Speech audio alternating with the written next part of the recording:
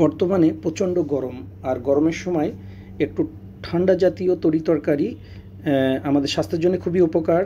আর যার কারণে আমি আজকে বানিয়ে দেখাবো শসা দিয়ে চিংড়ি মাছের কারি। শসা, লাউ এগুলা খুবই ঠান্ডা জাতীয় একটি সবজি। হ্যাঁ গাইজ, আমি শেফ রানা, রানা শেফের রান্নাঘরে আজকের রেসিপি শসা দিয়ে চিংড়ি মাছের কারি।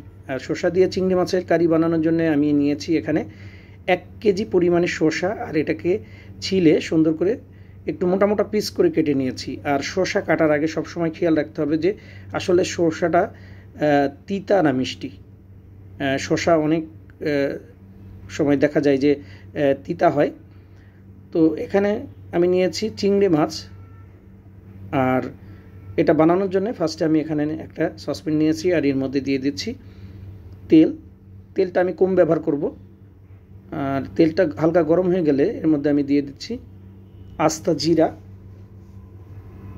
এটাকে নেড়ে চেড়ে এর মধ্যে দিয়ে দেব পেঁয়াজ।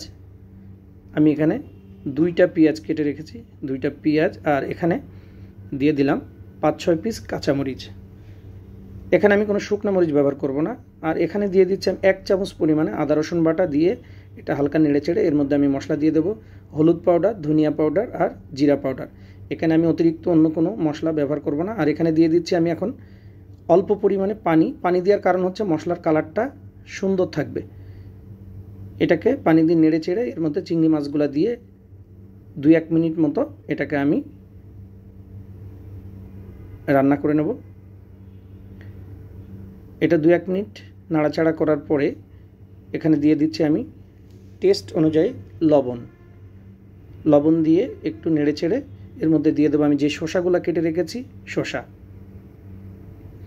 শসাটা দিয়ে আমি বেশিক্ষণ এটা মানে চিংড়ি মাছের সাথে কষাবো না। কারণ হচ্ছে আমি যদি বেশিক্ষণ এটা নাড়াচাড়া করতে থাকি কী হবে, শসার কালারটা চেঞ্জ হয়ে যাবে। আর এখন যদি এখানে পানি দিয়ে দিই তো কী হবে, শসার কালারটা সবুজ থাকবে। তো আমি এখন এর মধ্যে পানি দিয়ে দেব। এখানে পানি আমি অল্প দেব, কারণ হচ্ছে শসাতে তো পানি থাকে, এখান থেকে পানি বার হবে। এটা পানিটা দেওয়ার পর এখানে আমি ঢাকনা লাগিয়ে দেব 10 মিনিটের মতো।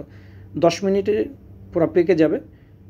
তো 10 মিনিট হয়ে গেছে। 10 মিনিট পরে ঢাকনা খুলে আমার রান্নাটা প্রায় হয়ে গেছে।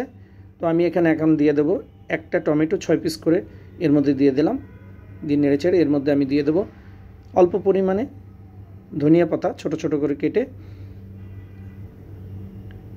দিয়ে দিলাম এর মধ্যে ধনিয়া পাতা।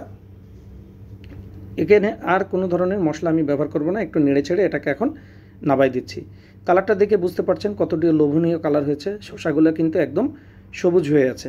সো গাইস, বানিয়ে দেখালাম যে খুব কম সময়ে মানে অল্প উপকরণ দিয়ে শসা দিয়ে চিংড়ি মাছের তরকারি। সো গাইস, আমার ভিডিওটা যদি ভালো লাগে অবশ্যই কমেন্টসে জানাবেন, একটু লাইক ও শেয়ার করে দেবেন। আর নতুন নতুন এভাবে খাবারের ভিডিও পেতে আমার চ্যানেলটা সাবস্ক্রাইব করে আমার চ্যানেলের সাথেই থাকবেন। এতক্ষণ সাথে থাকার জন্য ধন্যবাদ।